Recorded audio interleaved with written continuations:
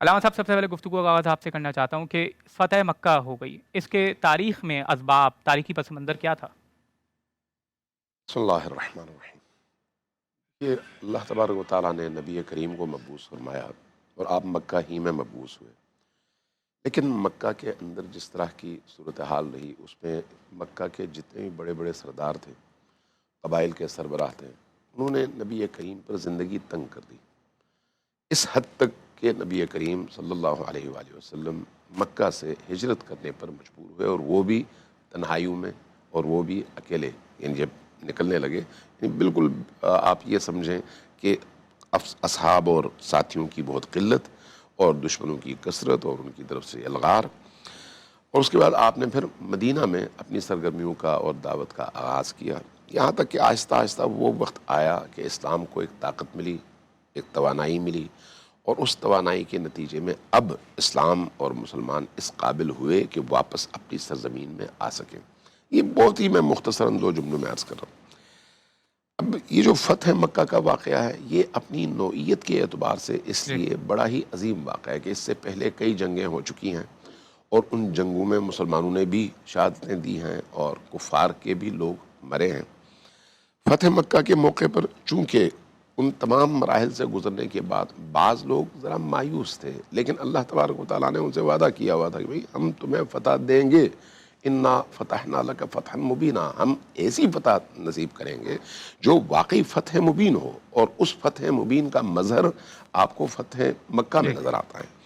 فتح مکہ اصل میں مشرکین اور مکہ کے جتنے بھی سردار تھے ان کی شکست کا آخری دن تھا۔ جو اوہ! لوگ آخری دن تک میدان میں کھڑے رہے نبی اور نبی کے اللہ کے مقابلے میں، اس دن وہ سرنڈر کرنے پر مجبور ہوئے۔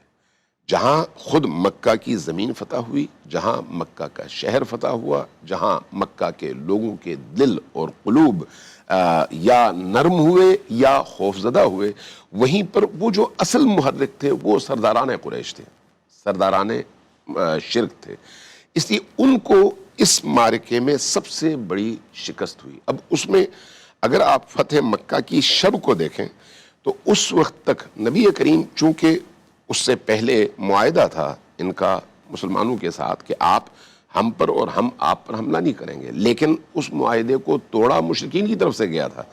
اس بنیاد پر چونکہ توڑا گیا، اب مسلمان آزاد تھے۔ اب جب ان کی طرف سے حملے کا پروگرام بنا تو اس وقت ابو سفیان مسلمان نہیں ہوئے تھے، لہٰذا انہوں نے اپنی آخری کوشش کی، آخری حد تک جا کر، کہ کسی طرح سے اس حملے کو روکا جا سکے۔ اس کے لیے انہوں نے جہاں جہاں ممکن تھا ہاتھ ہلائے، حرکت کی، لوگوں سے ملے، ان کو ترغیب دلائی، لیکن رسول کریم کو نہیں روک سکے۔ یہاں تک کہ روایات میں اور تاریخ میں آیا ہے کہ حضرت علی کے پاس بھی وہ آئے، حضرت فاطمہ الزہرا سلام اللہ علیہا کے پاس بھی، کہ آپ کسی طرح سے رسول اللہ کو روکیں، اور امیر المؤمنین نے جواب میں یہ فرمایا کہ رسول اللہ نے جب ارادہ کر لیا ہے تو اب وہ اٹل ہے، اس میں کوئی تبدیلی نہیں آئے گی۔ لہٰذا فتح مکہ کی شب حضرت عباس ابن عبد المطلب، جو خود چاہتے تھے کہ کسی طرح سے یہ جو لوگ نبی کریم کے مقابلے میں آخری وقت تک کھڑے ہیں ان کو کسی طرح سے نرم کیا جائے، ان کو لے کر آئے۔ نبی کریم کی حکمت یہ تھی کہ جب مکہ کی طرف جائیں تو مکہ چونکہ آپ نے دیکھا ہوگا چھوٹی چھوٹی وادیوں پر مشتمل ہے، مکہ کے اپنے شہر سے پہلے چھوٹی چھوٹی وادیاں ہیں، رات آپ نے ان وادیوں میں پڑاؤ کیا، لیکن اس حکمت کے ساتھ کہ مختلف جگہوں میں آگ کے الاؤ روشن کیے۔ اب اگر کوئی شخص کسی چوٹی پر چڑھ کر دیکھنا چاہتا تو اس کو تا حد نظر آگ کے شعلے نظر آتے اور خیمے نظر آتے، اس سے ایک ہیبت بنی، اور اس ہیبت کی وجہ سے ان مشرکین کے دل دہل گئے۔ یہاں پر حضرت عباس ابن عبد المطلب ابو سفیان کو لے کر ایک ٹیلے پر چڑھے اور دکھایا، اور اس کے بعد پھر ان کو لے کر آئے رسول کریم کی بارگاہ میں۔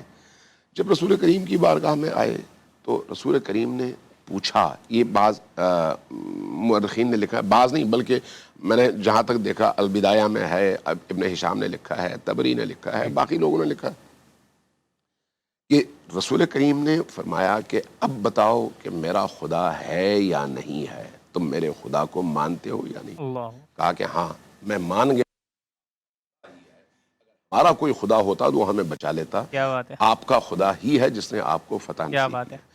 اب اگلا سوال یہ تھا، یہ بھی انہی مورخین نے لکھا ہے، چار بڑے مورخین کو میں نے دیکھا ہے، انہوں نے لکھا کہ بتاؤ کہ میں اللہ کا رسول ہوں یا نہیں. کیا بات ہے. یہاں پر جو جواب یہ آیا کہ اس سلسلے میں میرے دل میں ابھی بھی کھٹکا موجود ہے. اللہ اکبر. یہ وہ اس رات کی بات ہو رہی ہے. اللہ اب جب دن چڑھا تو حضرت عباس ان کے ساتھ ابو سفیان کے ٹیلے کے اوپر ہیں اور اسلامی یہ لشکر شہر میں داخل ہو رہا ہے. ان کی ہیبت، ان کی تعداد، ان کی کثرت اور ان کا جو جاہ و جلال ہے اس کو دیکھ کر جتنے بھی قریش کے مشرکین تھے سب کے سب مرعوب تھے. ابو سفیان انہی میں سے تھے.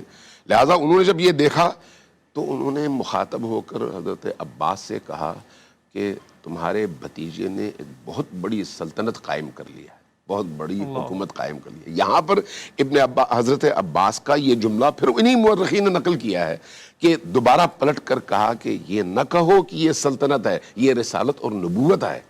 جب یہ کہا تو جواباً کہا ہاں اب تو یہی کہنا پڑے گا.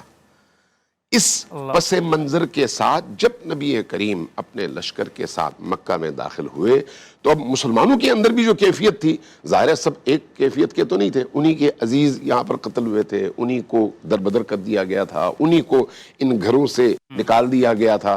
اس مظلومیت کے عالم میں وہ نکلے تھے. تو آج ایک فاتح بن کر آ رہے ہیں تو بعض لوگوں کی زبان سے وہ جملہ نکلا جو نبی کریم کو پسند نہیں ہے کہ آج فتح کا دن ہے، آج ہم ان کو بتائیں گے، آج ہم ان کو اپنی ہیبت دکھائیں گے. یعنی میں اپنے الفاظ میں کہہ رہا ہوں. رسول کریم نے اس کی نفی فرمائی اور فرمایا کہ آج مرحمت کا اور رحمت دکھانے کا دن ہے. کیا بات ہے.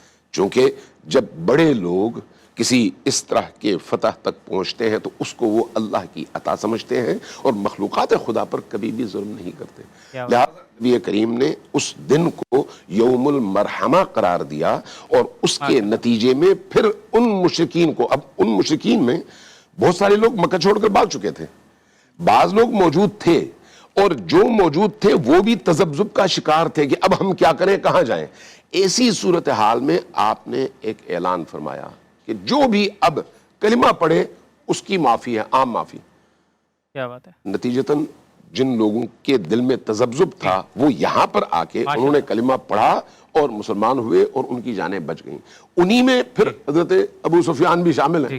ابو سفیان جب مسلمان ہوئے اور اس مرحلے پر آ کر انہوں نے اسلام کو قبول کیا تو نبی کریم کا جو خطبہ ہے انہی مورخین نے لکھا ہے جن کا میں نے ابھی تذکرہ کیا ہے، وہ یہ کہتے ہیں کہ نبی کریم صلی اللہ علیہ وآلہ وسلم نے اب اس فتح کے بعد ہونے والے مسلمانوں کو طلقاء قرار دیا اور یہ کہا، طلقاء کا مطلب یہ ہوتا ہے طلقاء اس طلق اور اس کا وہ ہے، اس کا مفہوم جو ہے وہ یہ ہے کہ جس کو احسان کر کے آزاد کر دیا جائے.